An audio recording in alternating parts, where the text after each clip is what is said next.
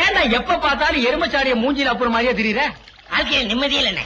உனக்கும் வாழ்க்கையில் நிம்மதி இல்லையா? அப்படி நடுத்தண்ணில போய் நில்லு, நிம்மதியான இடத்துக்கு போய் சேர்ந்துருவேன். விளையாடுறீங்களா? உங்ககிட்ட விளையாட்டு வேண்டியிருக்கு.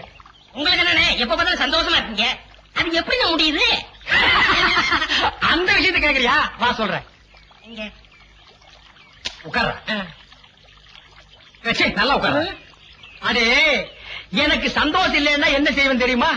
நேரா கடைக்கு போவேன், 2 முழம் மல்லிகைப்பூ வாங்குவேன், 4 கிலோ அல்வா வாங்குவேன்.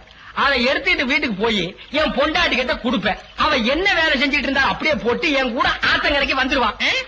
அப்புறம் அவ மடியில நான் படுக்க, என் மடியில அவ படுக்க, அவ பாட, அப்புறம் நான் பாட, இப்படியே பொழுது போன வரைக்கும் ஒரே கிளிருப்பா இருப்பான். வேண்டாம், நீ செஞ்சு பாரு. செஞ்சிருக்கேன். டேய், அந்த பக்கம் போனா சந்தோஷம் வராது, சாவுதான் வரும். இப்படி போடா.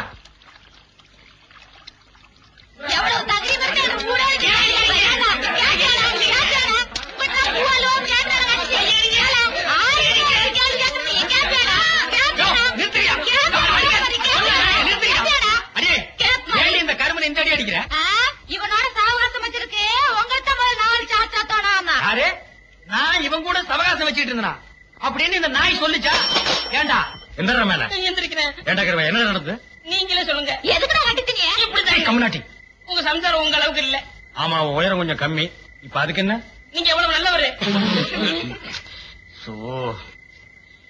மேல நீங்க என்ன சொன்னீங்க? என் சம்சாரம் ஆத்தங்கரைக்கு வருதுன்னா பூவும் அல்வா வாங்கி கொடுத்தா வருவான்னு சொன்னீங்க. அதே மாதிரி வாங்கி கொடுத்தா வர மாட்டேங்கிறாங்க. இதுக்கு நீங்களே ஒரு பைசல் பண்ணுங்க. இதுக்கு எவ்வளவு ரூபா செலவழிஞ்சாலும் நான் பாத்துக்கிறேன்.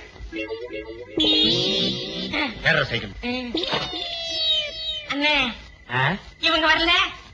என்ன மாட்டி விடுங்க.